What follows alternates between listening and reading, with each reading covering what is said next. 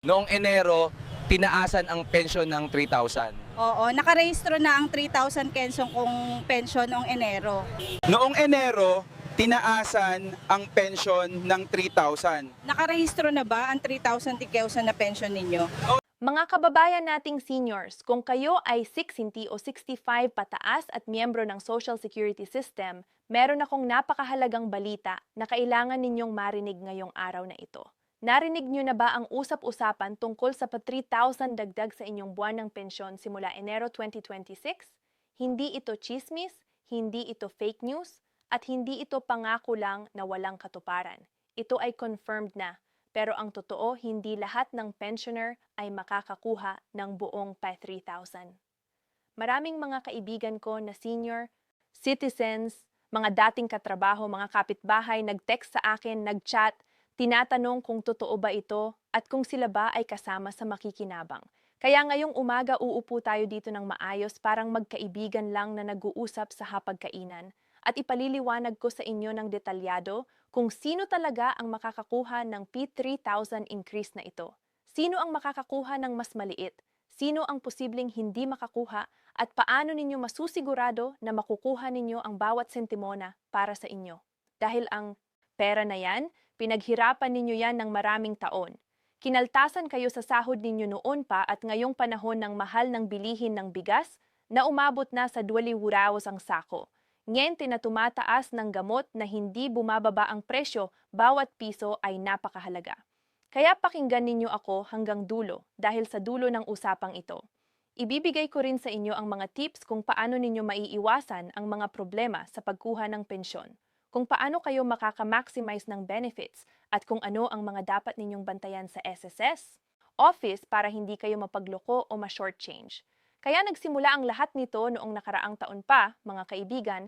Ang SSS o ang Social Security System ay nag-announce ng plano nilang magtaas ng pensyon dahil sa tumataas na cost of living dito sa Pilipinas. Ang batas na Republic Act 99 o ang Social Security Act of 2018 ay nagsasaad na dapat regular na sinusuri ng SSS ang pension benefits para masigurado na ang ating mga retires ay may sapat na pambuhay.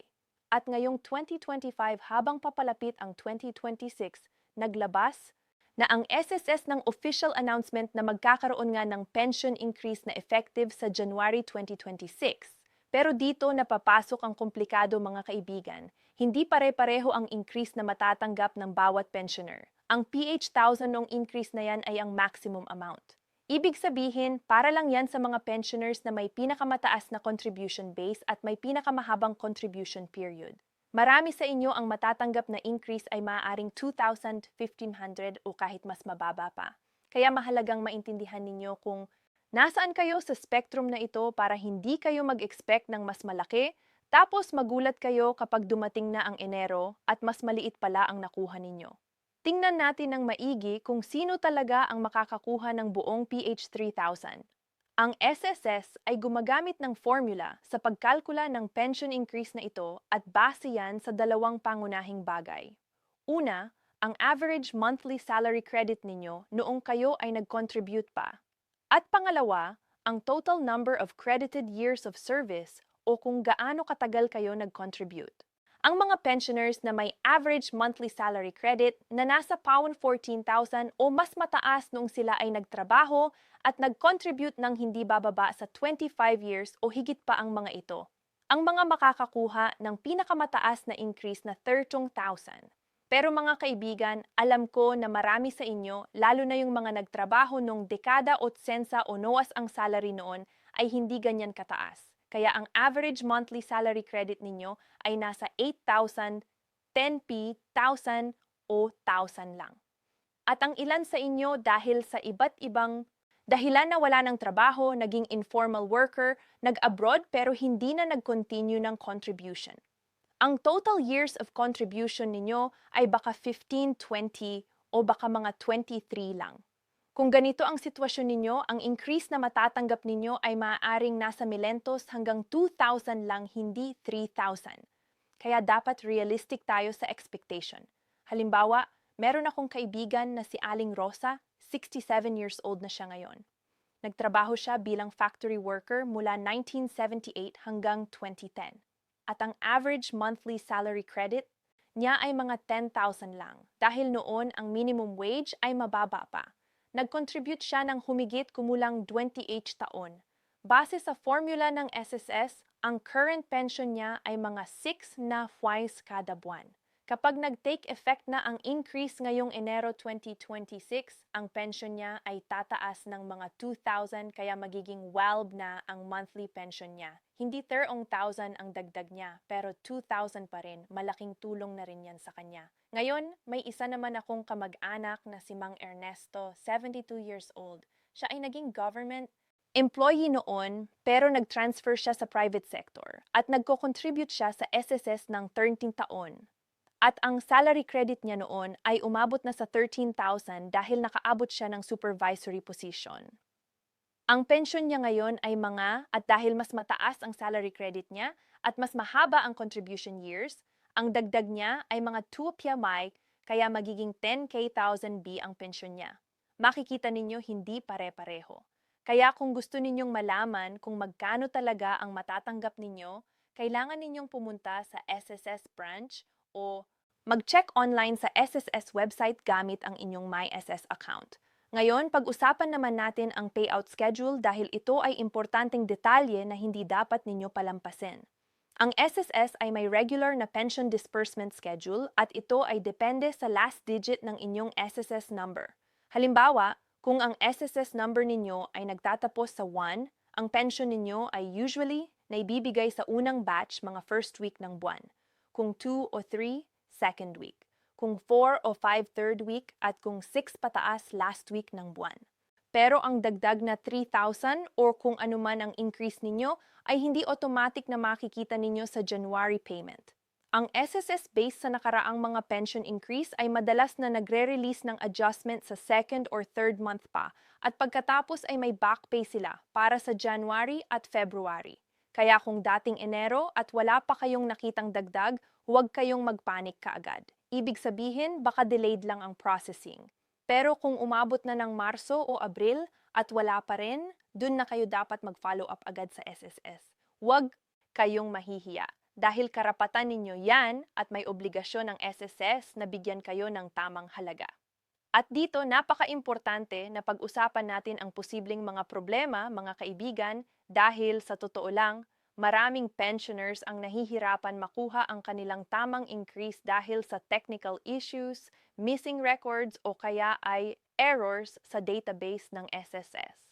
Una, may mga pensioners na ang records nila ay hindi updated, lalo na yung mga nag-contribute pa nung paper pa ang sistema, wala pang computerized database.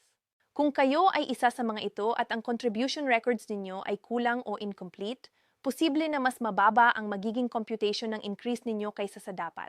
Pangalawa, may mga pensioners na may pending loan balance pa sa SSS at ang dagdag na increase ay maaaring ma-offset o mabawasan dahil diyan. Hindi totally, pero may portion na talagang ibabawas para sa loan payment ninyo. Pangatlo, may mga pensioners na nag-file ng death benefit claim para sa asawa nila or dependents at minsan may confusion sa records kung sino ang primary pensioner kaya may delay or issue sa payout. At pang-apat, may mga pensioners na nag-abroad at hindi nag-update ng address o bank account details. Kaya ang increase ay naratanggap dahil wrong address or inactive na ang account. Kaya mga tips ko sa inyo mga kaibigan para masigurado na makukuha ninyo ang tamang increase. Una, pumunta kayo sa SSS branch o mag-login sa MySS account ninyo at i-verify ninyo ang contribution records ninyo. Tignan ninyo kung tama ang number of years, kung tama ang salary credit, kung may kulang ba o may error. Kung may nakita kayong mali, mag-file agad kayo ng request for correction at magdala kayo ng supporting documents, mga payslips noon. Kung meron pa kayo, Certificate of Employment, ITR, kahit ano na makakapag-prove ng contribution ninyo. Pangalawa, i-update ninyo ang bank account details ninyo kung nag-change kayo ng bank o kung inactive na ang account ninyo. Mas mabuti kung direct deposit kayo para automated ang payout at hindi ninyo kailangan pumila every month. Pangatlo, kung may pending loan pa kayo, bayaran ninyo na kung kaya para ang increase ay mapunta talaga sa inyo at hindi mabawasan. At pang-apat, kung nag-abroad kayo or may plano kayong mag-abroad, mag-fill out kayo ng Certificate of Existence or Proof of Life form para hindi masuspend ang pension ninyo. Ngayon, Pag-usapan din natin ang tungkol sa tax implications dahil maraming seniors ang hindi alam na may buwis din pala sa pensyon sa ilang kaso. Ang totoo, ang SSS pension sa Pilipinas ay generally tax-exempt para sa mga retirees, kaya hindi ninyo kailangang mag-worry na may ibabawas na withholding tax sa 3,000 increase ninyo. Pero kung meron kayong ibang sources of income, halimbawa, nagre-rent kayo ng property, may business kayo, may iba pang pension galing sa ibang fund, at ang combined income ninyo ay lumampas sa threshold, baka kailangan pa rin ninyong mag-file ng income tax return at doon ay isasama ninyo ang pensyon ninyo. Pero sa karamihan ng ordinaryong pensioners na ang sole income ay SSS pension lang, walang tax na babayaran kaya yung buong 3,000 or 2,000 o kung ano man ang increase ninyo mapupunta talaga sa inyo walang bawas. Meron ding mga hidden benefits na dapat ninyong alamin mga kaibigan dahil ang SSS ay hindi lang pensyon ang binibigay. May SSS Peso Fund kung saan pwede kayong mag-invest ng portion ng pension ninyo para lumubo at may dagdag kayo sa future. May SS Provident Fund din para sa mga may gustong mag-contribute voluntarily kahit retiree na. May death benefit na matatanggap ng mga dependents ninyo kung sakali at may funeral benefit na aabot ng 10,000 o 25,000 depende sa classification ninyo. Maraming seniors ang hindi alam ito kaya hindi nila naa-avail. Kaya magtanong kayo sa SSS, kumuha ng information materials at i-maximize ninyo lahat ng benefits na entitled kayo. Hindi lang yung monthly pension. At sa mga bagong retirees na kakuha lang ng pension o balak palang mag-apply, importanteng malaman ninyo na ang effective date ng pension ninyo ay depende sa date ng filing ninyo. Hindi sa date na kayo ay umabot ng 60 o 65 years old. Kaya kung kayo ay 60 na pero nag-file pa lang kayo ng claim ngayong 2025, ang start ng pension ninyo ay 2025 pa rin.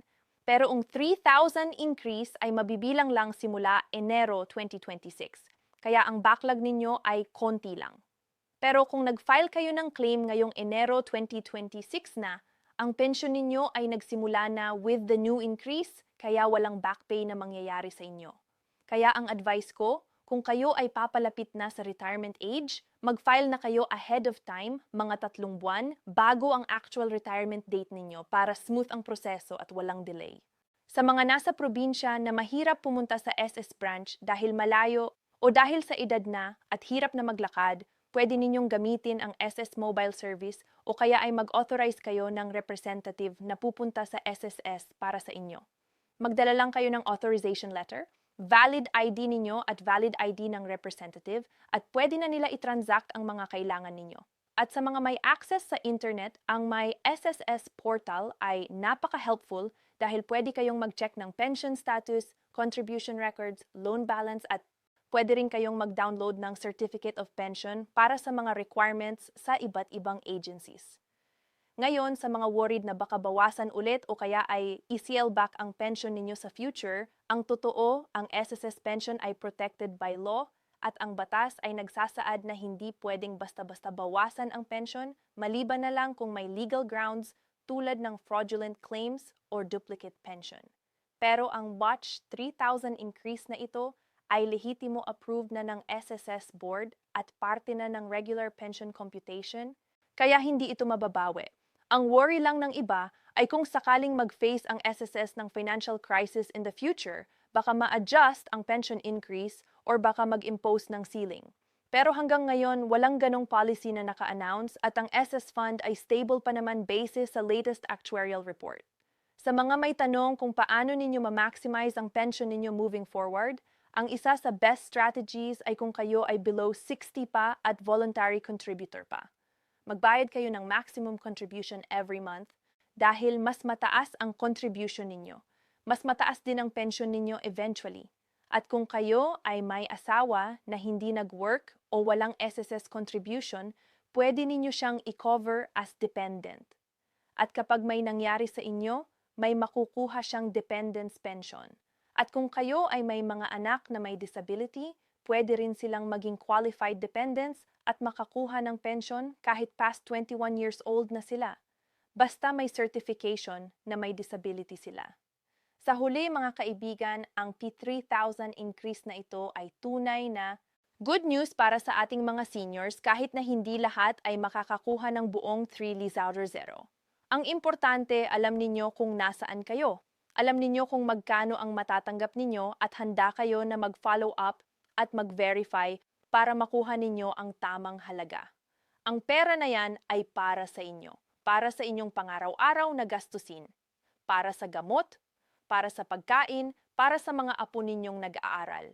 Kaya huwag kayong matakot na magtanong.